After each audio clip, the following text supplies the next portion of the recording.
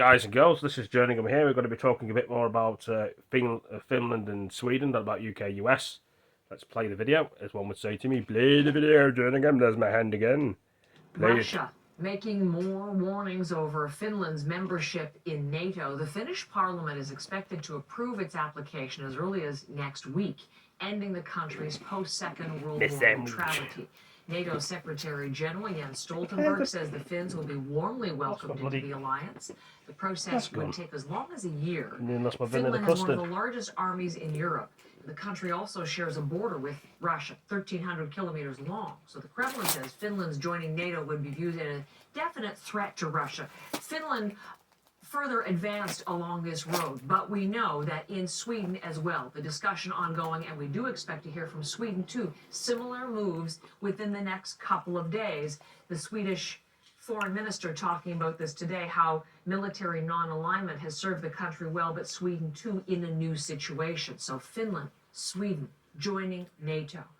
That is the topic for our next conversation with someone you've met before as we followed the ongoing Russia war on Ukraine. With us is retired Major Michael Dwyer, who is a professor of history at the Royal Military College of Canada, but also a former NATO war planner, so has a particular insight for us this morning. Sir, welcome back. It's good to see you again this morning. It's great to be here. 6 months ago, sir, if I had said Finland and Sweden looked poised to join NATO, how would you have responded? No way. Exactly. Both were very comfortable in the positions of neutrality.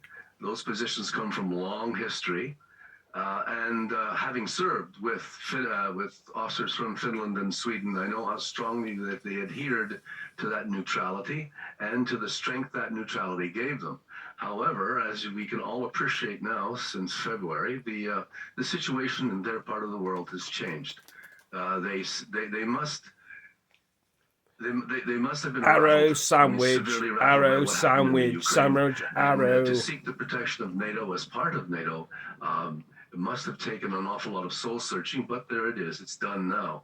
So the threat in their eyes must have been very real.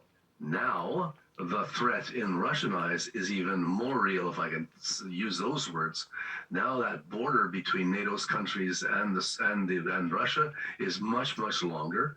That threat of being surrounded, if only metaphorically, is very strong in the Russian psyche. And now Putin has a real problem because he has to take an army already blooded by operations, as he calls them, in the Ukraine, and he has to make that armed force stretch across a much larger area because he's got to protect that part of the border, if only to be ready. To be ready in case, in his mind, NATO pulls something like an incursion, like a preemption. Well, of course, that's probably not going to happen, but that makes no difference in Putin's head. He's got real, serious problems now. So, added to the problems by this, it seems, impending membership in NATO wouldn't be immediate. It's about a year-long process, even if accelerated before they'd be full-fledged members.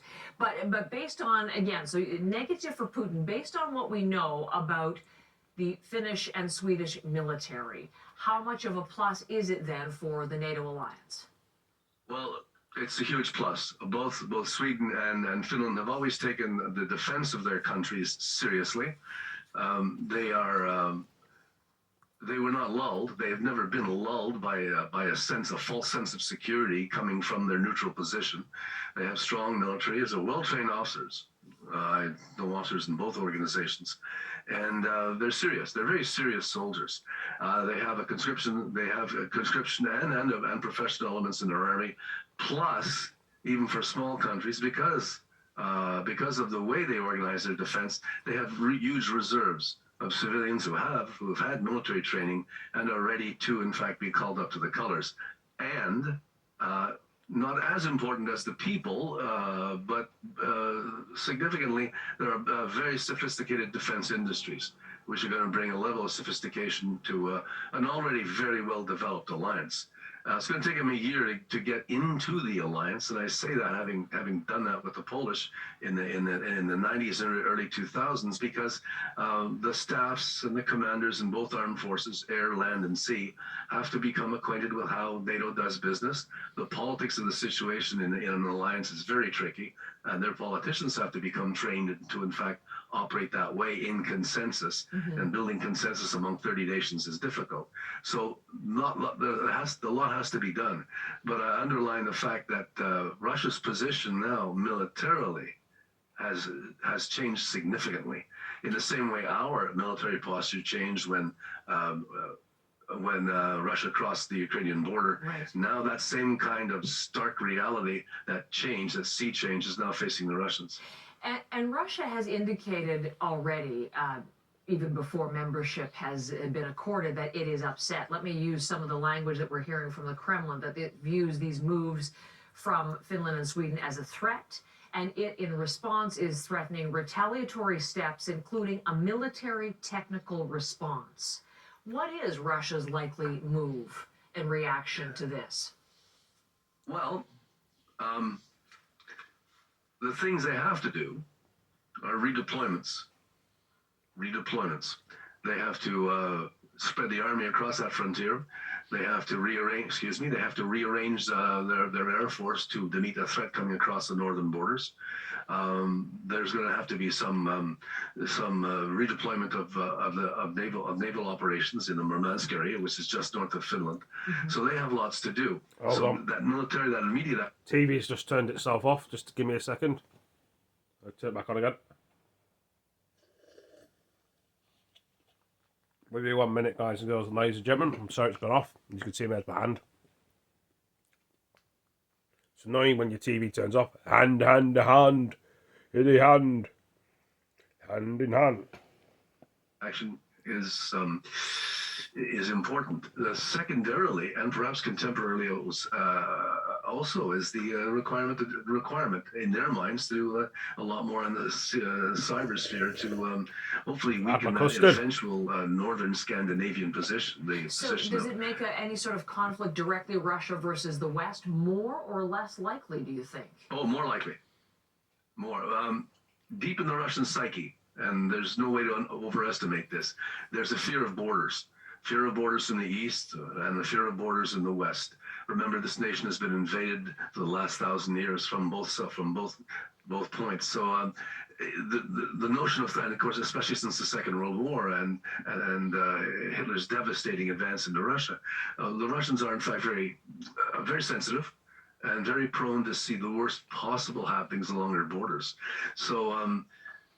I mean, I don't want to ascribe sincerity to what Russian politicians say, but Lavrov himself and his people at the UN have been saying that this is a threat, and that there will be a reaction. Now, what he does, we'll see. Most of what Mr. Putin says, and especially his secretaries say in public, is mere posturing. But one never knows when posturing ends and reality begins.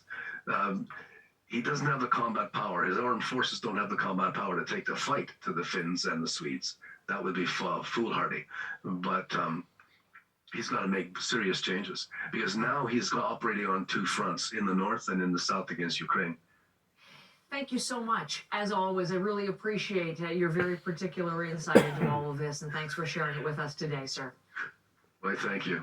Retired Major Michael Moore in Kingston this morning. Well, there we go, guys and girls, ladies and gentlemen. Thank you for joining me, and let's look at it. And I'll see you in the next video, I suppose. Just got to try and find a title for this video, and yeah, my phone needs charging as well. Okay, so we're going to try and find that. What was just on?